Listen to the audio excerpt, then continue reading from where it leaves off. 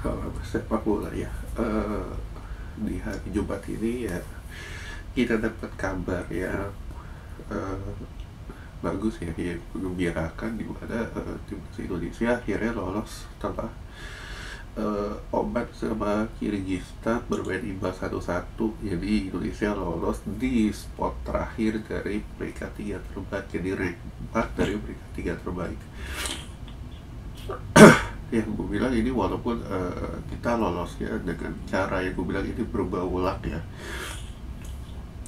karena sesuai dengan dugaan juga bahwa Oman Kyrgyzstan bermain imbang. Sebetulnya kita sempat dapat kas andaikan Jordania ini waktu lawan Bahrain, cuman di grup E ya, di grup E itu coba ada kutip sedikit bermain sabut, di mana ketiga tim yang berlolos seperti Korea, Jordania, dan Bahrain ini sama-sama ingin menghindari Jepang. Jadi Jepang ini kan lolos sebagai runner up, jadi juara grup akan ketemu runner up, di mana juara grup di grup E ini yaitu Bahrain akan ketemu Jepang. Jadi gue bilang baik Korea maupun Jordania ini sama-sama ingin dari Jepang, bertemu Jepang di babak 16 besar, karena kita tahu Jepang walaupun tidak sehebat mereka ketika di Piala Dunia, tapi kualitas permainan ini, kualitas individu pemain ini ya jauh lebih di atas lah dibanding ketiga tim yang ada di grup E. Walaupun Korea sebetulnya gue bilang masih bisa melawan.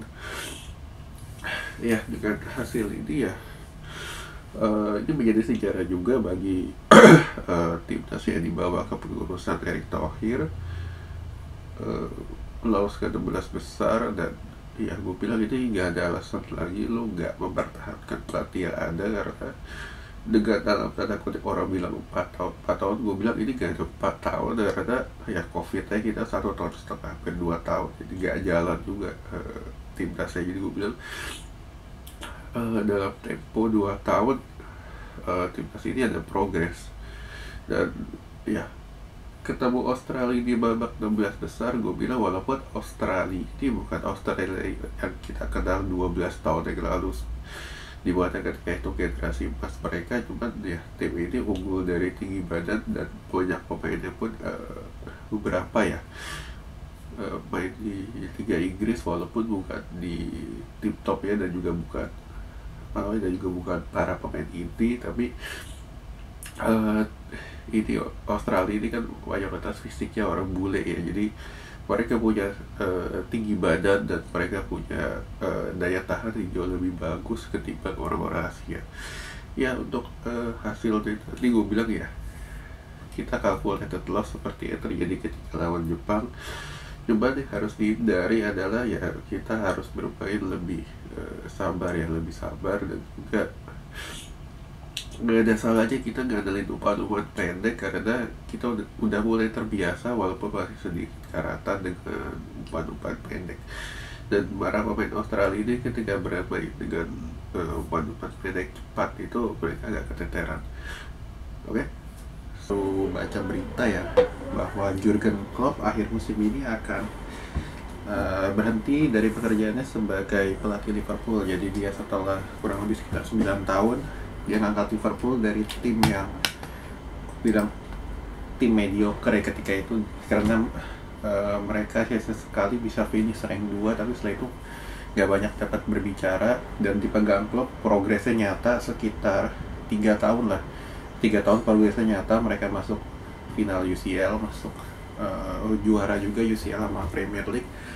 Ya ini menjadi kehilangan Liverpool deh kalau gue bilang. Karena apa? Karena selama ini pemiliknya Liverpool, FSG ini terkenal nggak banyak invest juga ke dalam tim. Jadi Klopp ini dipaksa muter otak dengan memanfaatkan pemain akademi, pemain-pemain murah yang bisa dia sulap juga, walaupun nggak semuanya berhasil.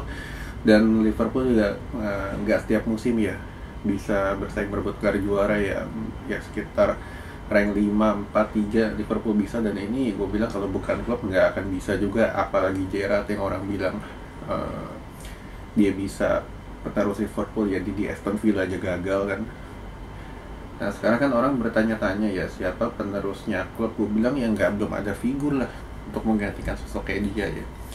Jadi ya gue bilang kalau orang bilang Xabi Alonso segala macam, ya dia baru terbukti, itu pun juga belum terbukti benar ya di Liga Jerman.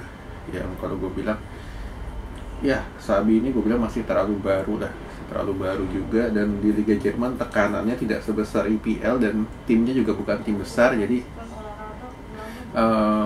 jadi gue bilang Xabi ini gue bilang belum pas lah untuk menanganin tim kayak Liverpool. Jadi ya jangan heran kalau misalkan nanti Liverpool ngerekrut pelatih yang gue bilang agak mediocre dan dan mereka juga gue bilang nggak akan sehebat di tangan klub lagi, gue bilang. Oke,